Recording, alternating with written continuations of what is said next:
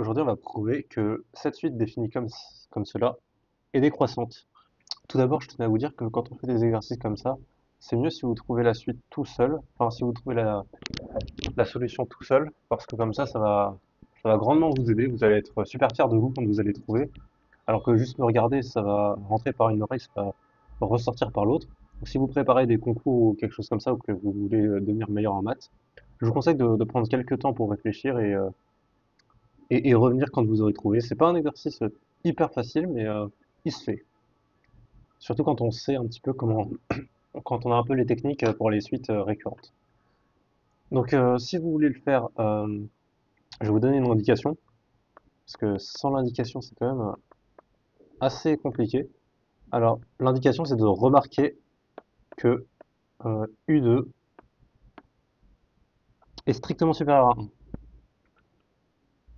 Et regardez UN pour l'infini. Enfin, quand n tend vers l'infini. Ces deux indications qui sont assez floues, mais qui devraient vous mettre sur la bonne voie. Voilà. Donc, nous, ce qu'on va faire, c'est montrons que UN est décroissante à PCR, à partir d'un certain rang. Encore une fois, si vous utilisez des abréviations, définissez-les. Donc, à partir d'un certain rang, ça veut dire qu'il existe un n0 tel que pour tout n supérieur à n0, UN plus 1 est plus petit que UN. C'est ça que ça veut dire que c'est décroissante à partir d'un certain rang. Alors, avant toute chose, on va faire le plan. Donc, le plan qu'on va suivre, parce que je me suis rendu compte que c'était un petit peu difficile à suivre. Donc, pour vous aider à vous y retrouver, je vais vous dire un petit peu les grandes étapes de la démonstration. Donc, tout d'abord, on s'est dit que, en fait, 1,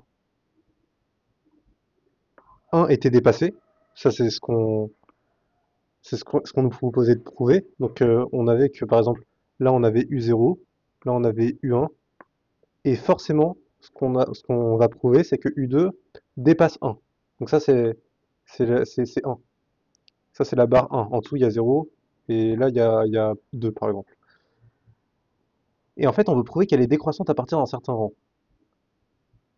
Et ce qui est facile à prouver, c'est que si, à un moment donné, elle est décroissante une fois, alors elle est décroissante tout le temps. Forcément, elle est décroissante tout le temps après. Ça, c'est ce qu'on va prouver. Mais encore faudrait-il montrer qu'elle est décroissante une fois. Pour trouver un point où elle est décroissante une fois, si on est pessimiste, on peut se dire, ok, on va jamais le trouver. Mais si on le trouve jamais, ça veut dire qu'elle est tout le temps croissante, et même strictement croissante, vu que c'est le contraire d'être décroissante une fois, c'est d'être tout le temps strictement croissante. Donc ça veut dire que la suite est tout le temps strictement croissante. Donc elle fait ça, quoi. Or, ça c'est pas possible. Pourquoi? Parce que la limite de cette suite, c'est forcément, c'est forcément, si on met la limite dans la formule, la limite de UN, c'est forcément L qui est égal à la racine de L. Et L est donc soit égal à 0 ou soit égal à 1. Il n'y a pas d'autre solution. Il y a une autre solution, ce serait que ça tende vers plus infini. Mais ça, on va voir que c'est aussi que c'est pas possible. Parce que si on a une suite qui est telle que UN plus 1 est plus petit que racine de UN plus 1, parce que 1 c'est le majorand des 1 sur N plus 2, et ben ça veut dire que la suite ne peut pas tendre vers plus infini. Elle est forcément bornée, cette suite. Et ça, il va falloir le prouver aussi. Voilà, donc c'est un petit peu le plan qu'on va suivre. Et je vous retrouve pour faire l'exercice. Tout d'abord, on va déjà prouver ça, parce que ça, on nous le donne pas, hein, faut le prouver quand même. C'est juste, on nous met sur la voie, mais faut le prouver. Donc, U0, on sait que ça appartient à R+. U1, c'est, par définition, racine de U0 plus 1 sur 0 plus 1, donc 1 sur 2. Enfin, 1 sur 0 plus 2, comme on le voit dans la définition. On va déjà minorer ça. Donc ça, c'est strictement plus grand que 1 sur 2. Et donc maintenant, U2, c'est racine de U1 plus 1 sur 3. Racine de U1, racine de U1, on a vu que U1 c'était plus grand que 1 sur 2, donc racine de U1 c'est strictement plus grand que 1 sur 2, 1 sur racine de 2, pardon, plus 1 tiers. Et là, comme on n'a pas de calculatrice, normalement, on va devoir calculer 1 sur racine de 2 de tête. ou du moins trouver une approximation. Pour ça, on peut multiplier le numérateur et le dénominateur par racine de 2, ce qui fait que ça, c'est égal à racine de 2 sur 2, qui est beaucoup plus simple à calculer, plus 1 sur 3. Racine de 2, une bonne approximation, c'est de dire que c'est strictement supérieur à 1,4. Pourquoi? Tout simplement parce que si on met les deux côtés au carré, 1,4 au carré, ça fait 14 au carré divisé par 100, ça fait 196 divisé par 100, donc 1,87. Et ça, c'est plus petit que 2. Donc en prenant la racine des deux côtés, on obtient bien l'inégalité voulue. Et un tiers, c'est plus grand que 0,3. Donc on a que 1,4 sur 2 plus 0,3, ça minore U2. Et 1,4 sur 2 plus 0,3, ça fait 1. Donc U2 est strictement supérieur à 1.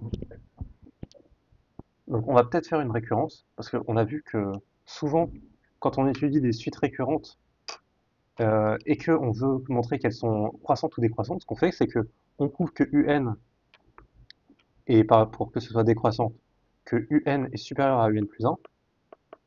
Et pour passer au terme suivant, ce qu'il faut faire, c'est faire F de UN. Et si par chance F, c'est c'est une application croissante, on a ça. Et comme on a UN plus 1 qui est égal à F de UN, comme c'est une suite récurrente, avec F la bonne fonction, et ben on a UN plus 1 qui est plus grand que UN plus 2. Et donc ça nous fait une démonstration par récurrence. Parce qu'on passe du cas 1 au cas 2. Donc c'est très bien. Mais maintenant, est-ce que nous, on a une fonction f? En fait, pas vraiment, parce que la fonction f dans les suites récurrentes de base, c'est une fonction qui ne dépend pas de n. Alors là, pour passer de un plus 1 à un, ça dépend de n, vu que la fonction, c'est racine de un plus n plus 2, plus 1 sur n plus 2. Donc, on a quelque chose qui dépend de n quand même.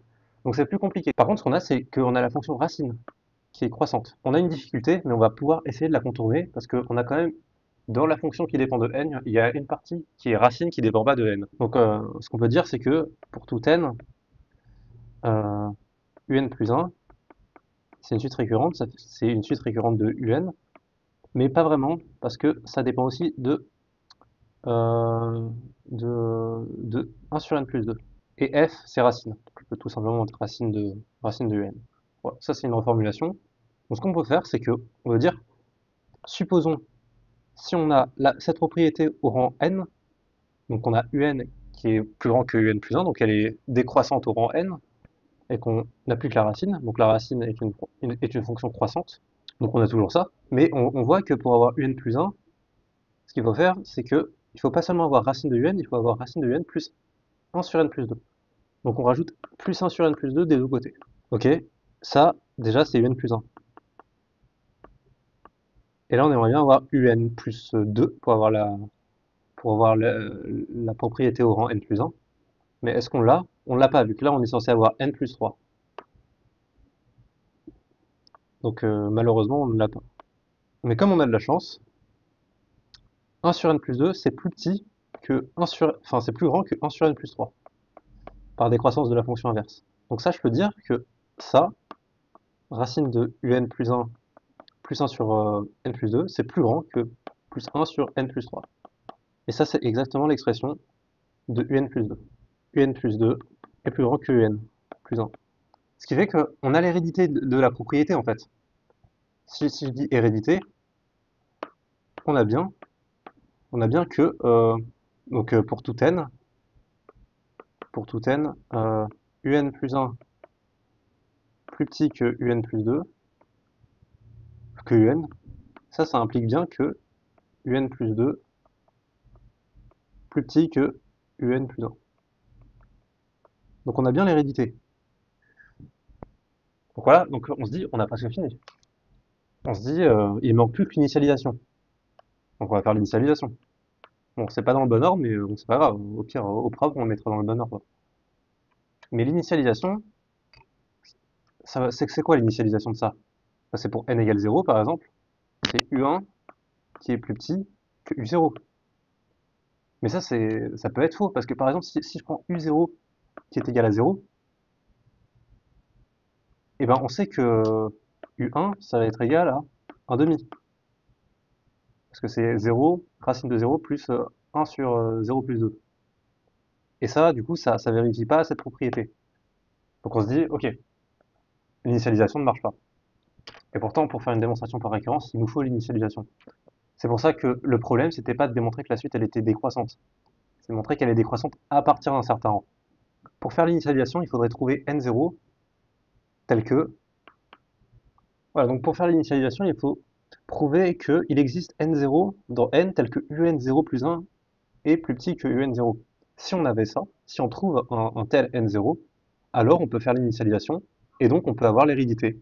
Et l'hérédité, elle nous permettra de prouver la propriété que pour tout n supérieur à n0, un plus 1 est plus petit que un, ce qui est exactement ce qu'on veut.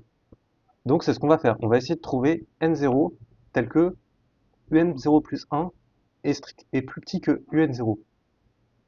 Donc comment on fait ça? On va le faire par l'absurde. Donc par l'absurde et on suppose le contraire.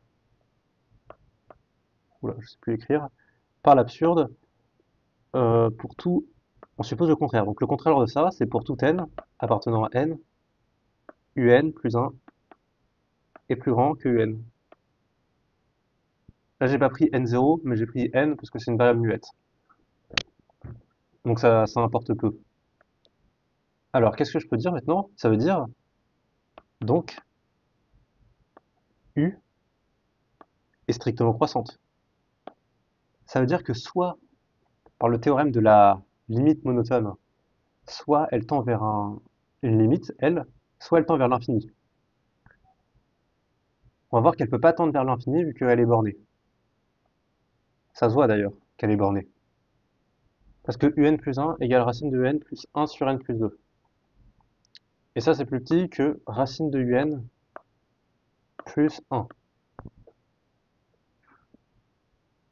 Et normalement, ça, vous devriez reconnaître une suite récurrente simple, qui ne fait pas intervenir de n. Et celle-là, elle converge vers son point fixe, on pourrait se dire. Pourquoi? Eh ben pour s'en convaincre, sans faire de démonstration, et ensuite on fera une démonstration, ce qu'on peut faire, c'est un schéma. Donc le schéma, ce serait tout simplement l'axe des x et l'axe des y. Ça, c'est la fonction racine de x plus 1, donc elle doit ressembler à quelque chose comme ça. Et là, j'ai la fonction x. Ça doit ressembler à quelque chose comme ça. Donc là, on a le x, le point d'intersection. Donc x, c'est le point tel que racine de x plus 1 égale x. Donc ça, on peut le calculer en résolvant l'équation. Mais vous trouvez que x, c'est égal à quelque chose, et vous pouvez facilement dire que c'est plus petit que 100, par exemple. Voilà, je sais pas c'est égal à combien, mais c'est plus petit que 100. Parce que, je sais pas, bon, on va le calculer. On va dire x, on a x carré. Donc si je fais passer le 1 ici, on a x qui est égal à x moins 1 carré. X est égal à... Enfin, on prend la plus grande valeur pour x, pour dire qu'il est plus petit que cette valeur. Donc plus racine donc de 5, c'est le discriminant. Euh, 3 plus racine de 5 sur 2. Et ça, c'est clairement plus petit que 100. Donc x est plus petit que 100. Ce qui fait que si je prends 100, par exemple, ou un nombre qui est plus grand que x, si je prends un nombre qui est plus grand que x, donc par exemple 100, on va dire que 100 c'est ici, bon je dis n'importe quoi, et ben l'image de 100 par racine de x plus 1, ça va être plus petit. Ça va être plus petit que 100 justement. Pourquoi? Parce que racine de x plus 1 moins x, ça tend vers moins l'infini. Et la seule fois où il passe par... et les fois où il passe par 0, c'est borné par 100. Ce qui fait que racine de x plus 1 moins x, c'est strictement plus petit que 0 pour x plus grand que 100 par exemple. Ça veut dire que si on met 100 à l'intérieur de ça, on va voir que 100 c'est plus grand que racine de 100 plus 1. Bon, ça, j'ai passé longtemps pour trouver un truc qui est assez évident, mais c'est pour vous, c'est pour le faire de manière assez rigoureuse. Donc, en gros, si j'ai 100, et que j'applique la fonction racine de x plus 1, donc ça va me donner quelque chose comme ça, et que je le ramène, donc ça va être sur l'axe des ordonnées, mais si je le ramène sur l'axe des abscisses, on voit que on a, on a baissé. Tout ça parce que 100 est plus petit, est plus grand que x. Bon, ça, vous allez me dire que ça marche si u0 est plus petit que 100, par exemple. Mais en fait, je peux prendre u0 plus 100, et u0 plus 100 aussi va être plus grand que 100, enfin plus grand que x, parce que u0 est un réel positif. Donc, donc on a que u0 plus 100, si on prend la fonction, c'est racine de x plus 1, voilà, si on prend la fonction de u0 plus 100, et ben on obtient un nombre plus petit que u0 plus 100, par le même argument que j'ai utilisé pour 100. Parce que u0 plus 100, il est encore plus grand que 100. Et donc maintenant, on peut faire une récurrence immédiate en disant que l'initialisation, c'est que u0 est plus petit que u0 plus 100. Et l'hérédité, c'est que si un est plus petit que u0 plus 100, alors en appliquant racine de un plus 1, ça on sait que un plus 1 c'est plus petit que racine de n plus 1, et ça c'est plus petit lui-même que racine de u0 plus 100, parce que la fonction racine elle est croissante. Plus 1, et ça c'est plus petit, parce qu'on a dit plus haut, que u0 plus 100. Ce qui prouve notre hypothèse au rang n plus 1. Et donc la conclusion c'est que u0 est un est borné, donc pour tout n appartenant à n, un est plus petit que u0 plus 100. Ce qui fait,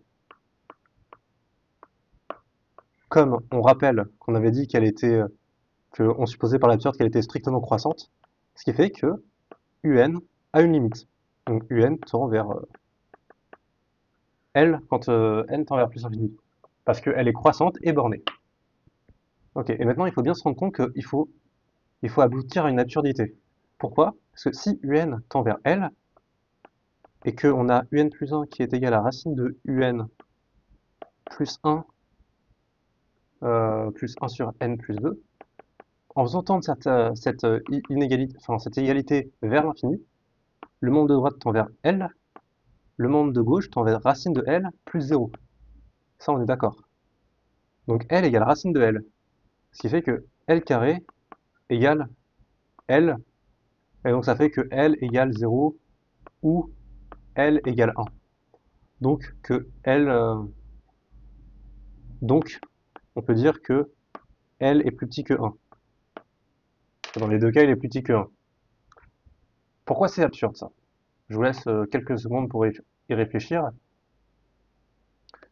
Donc normalement, vous avez trouvé là, c'était pas très, très difficile. En fait, c'est absurde parce que U2, on a vu que c'était plus grand que 1 strictement.